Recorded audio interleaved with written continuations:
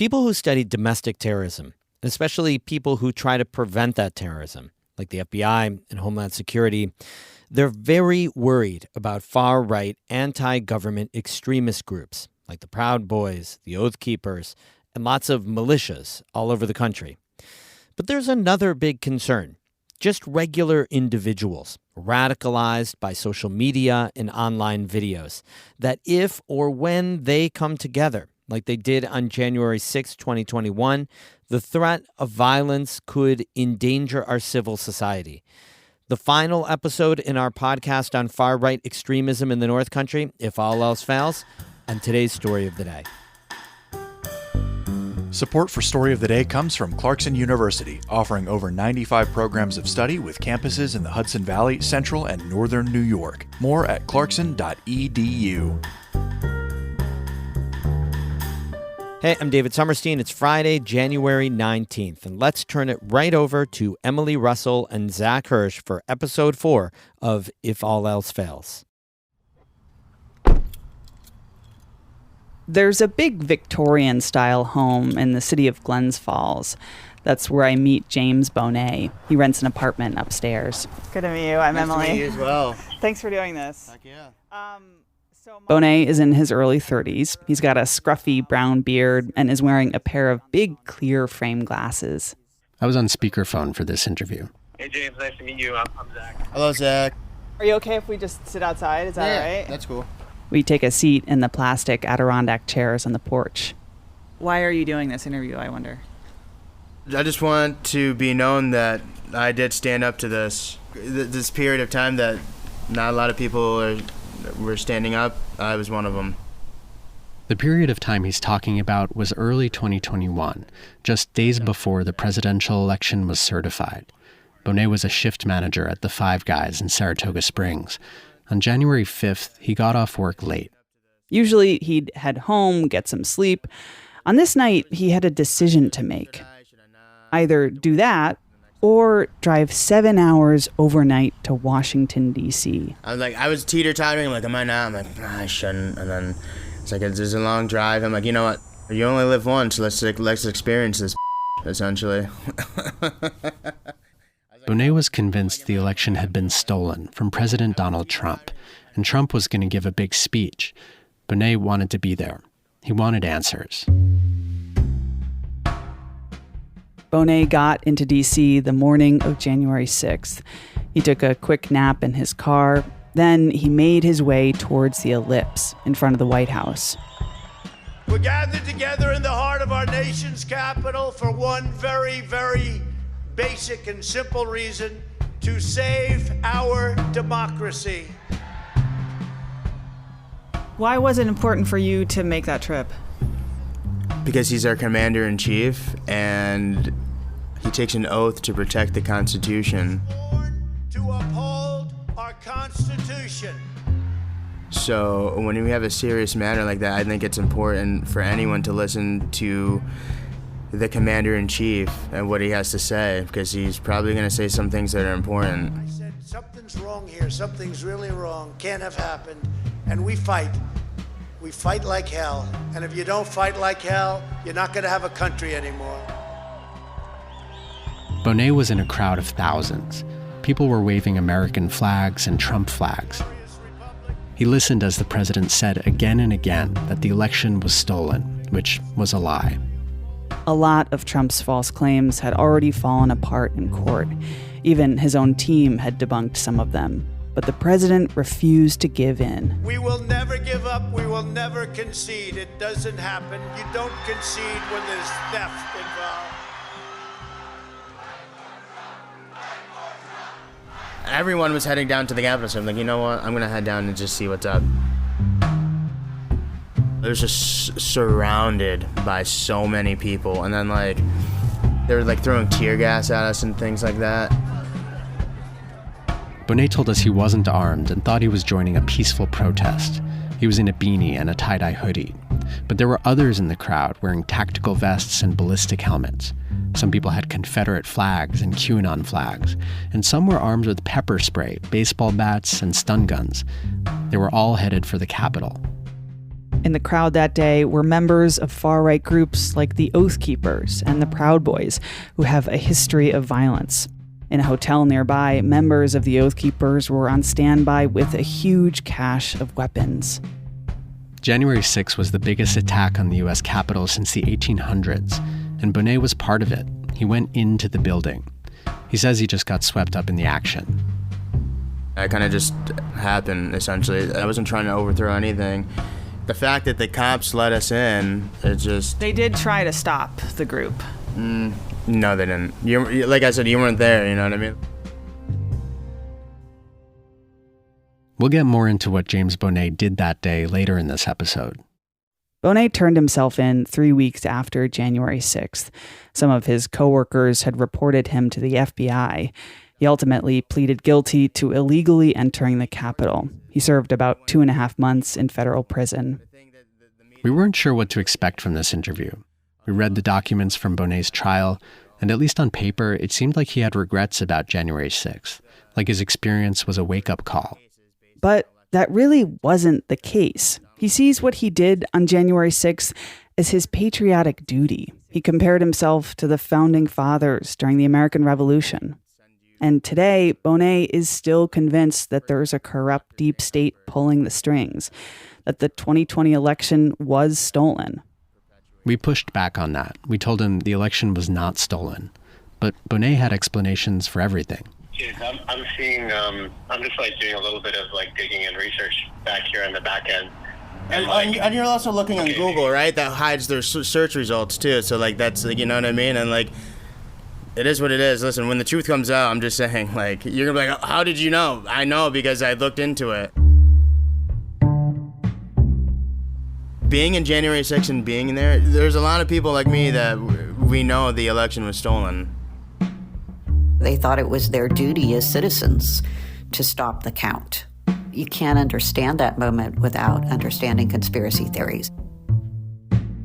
January 6th matters today, and it will matter 10 years from now because it asked us to wake up and look at the reality of polarization in our country. James Bonet believed in a lie and went to federal prison for it. We wanted to know how someone goes down a rabbit hole and emerges fully convinced of false conspiracies. And what the danger is, knowing there are so many people like him, people who vote on things that just aren't true and may act when called upon. This is If All Else Fails from North Country Public Radio. I'm Emily Russell. And I'm Zach Hirsch.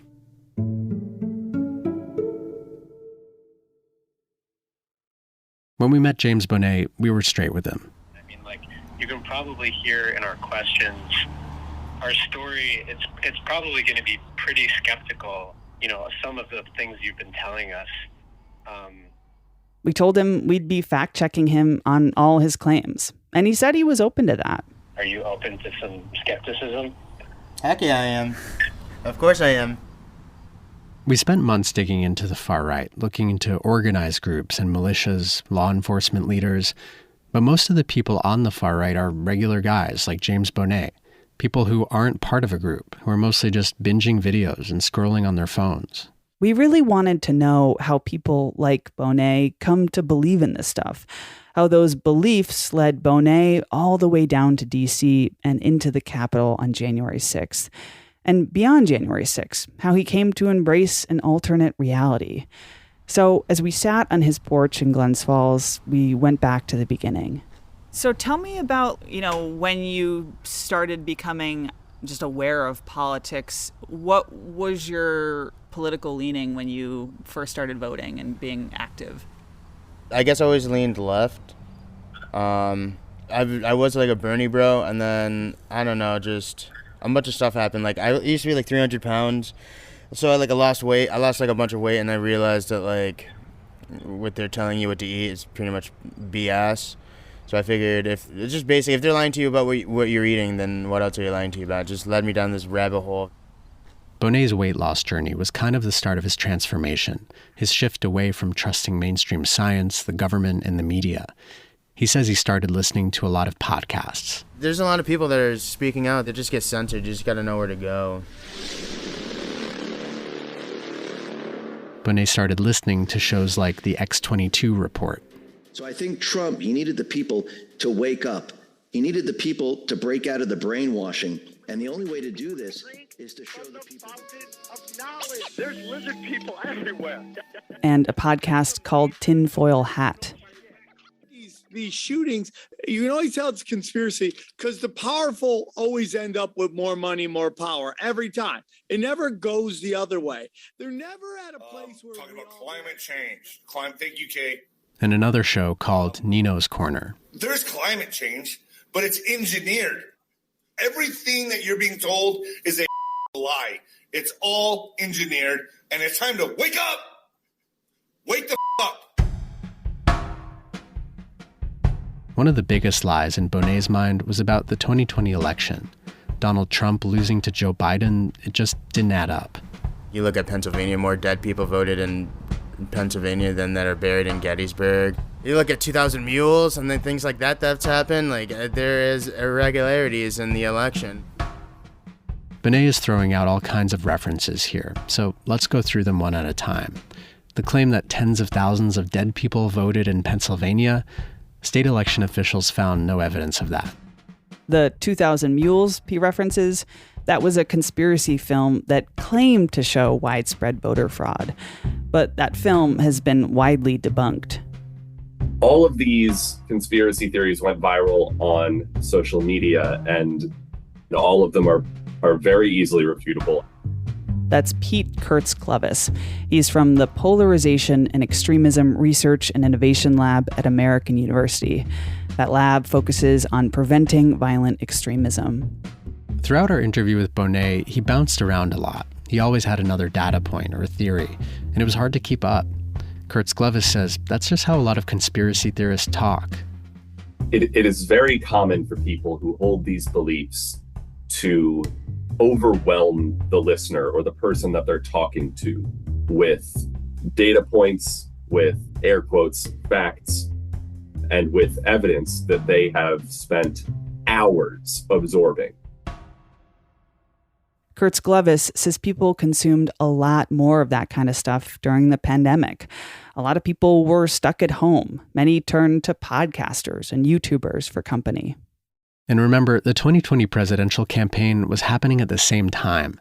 Donald Trump was saying for months that everything was rigged against him. And when he lost the election, people wanted answers. Far-right talk show hosts said they had those answers. They had some kind of secret knowledge about what really happened. Kurtz-Clovis says that is how they lure many listeners in. Look, you're not going to get this from anybody else because they're all lying to you.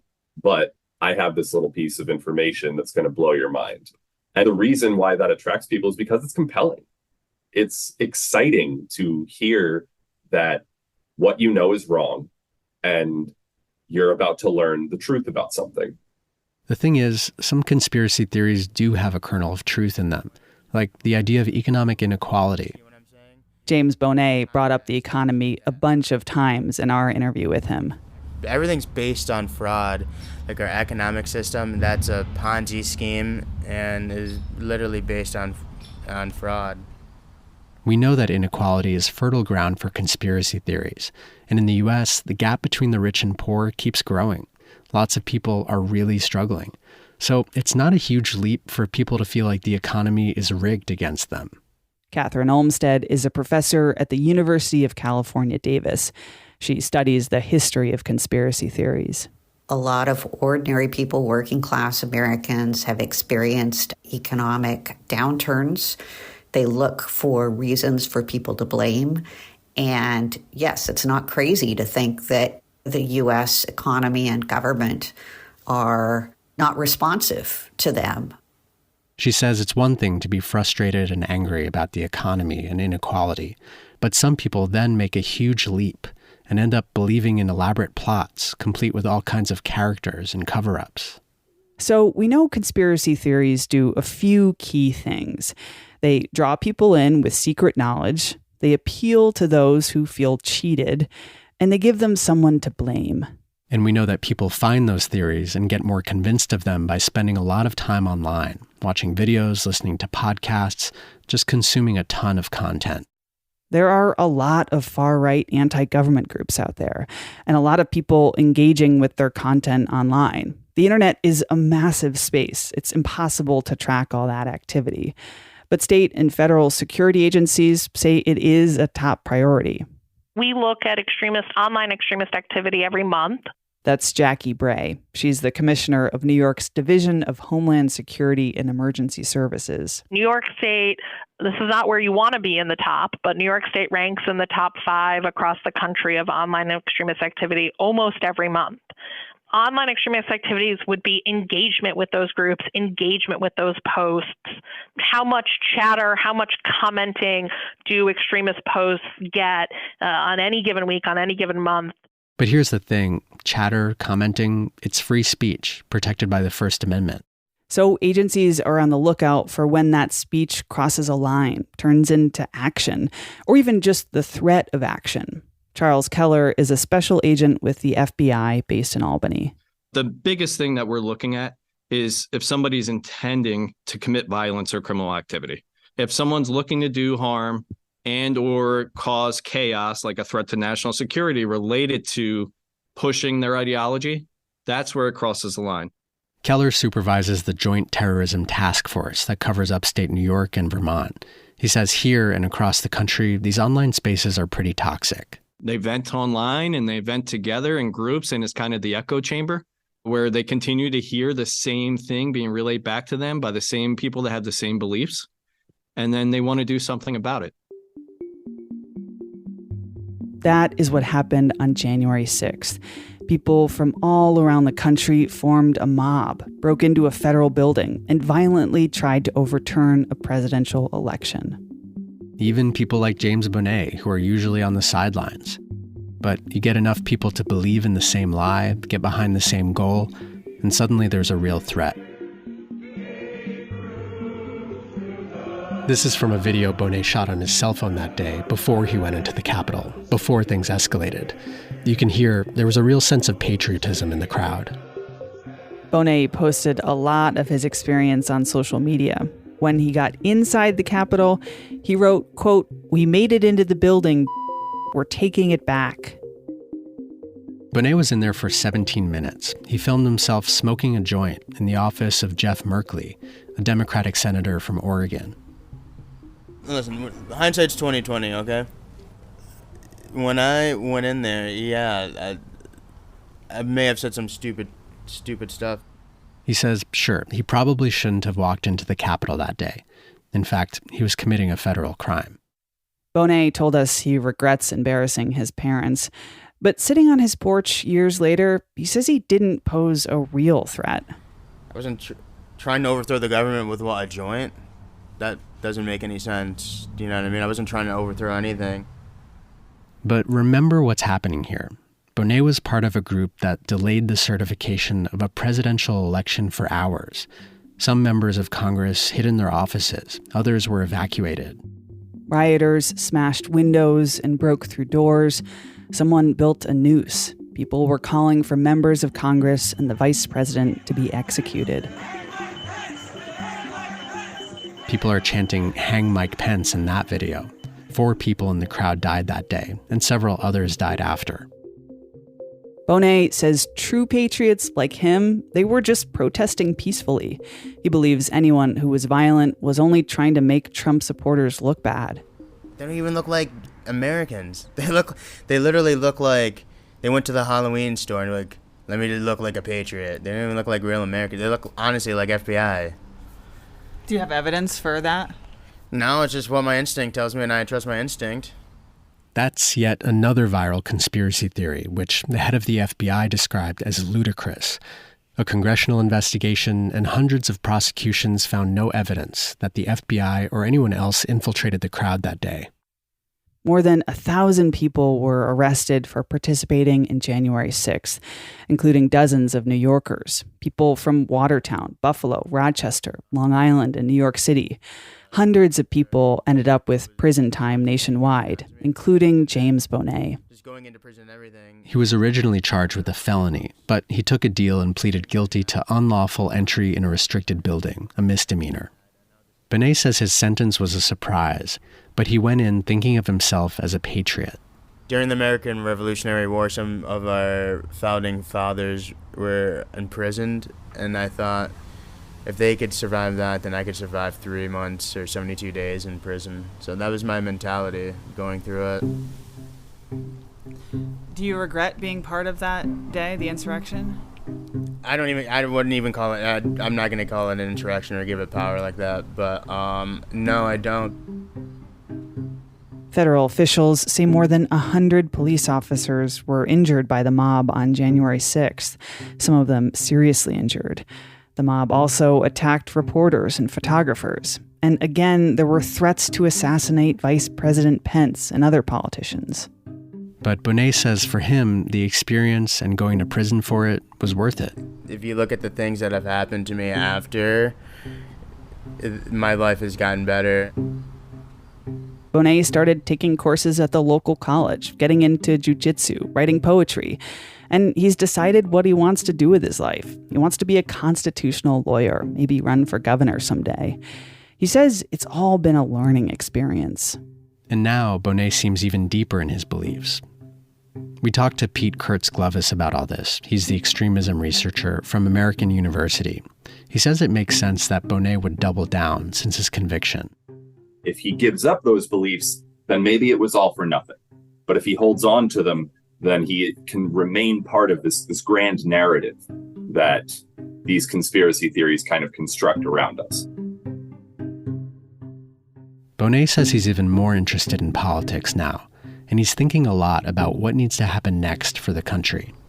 I think right now we're going through a process of a deep cleaning, and I think through the other side of it's going to be awesome. I think there's going to be a time where we're all going to win and we're not going to stop winning.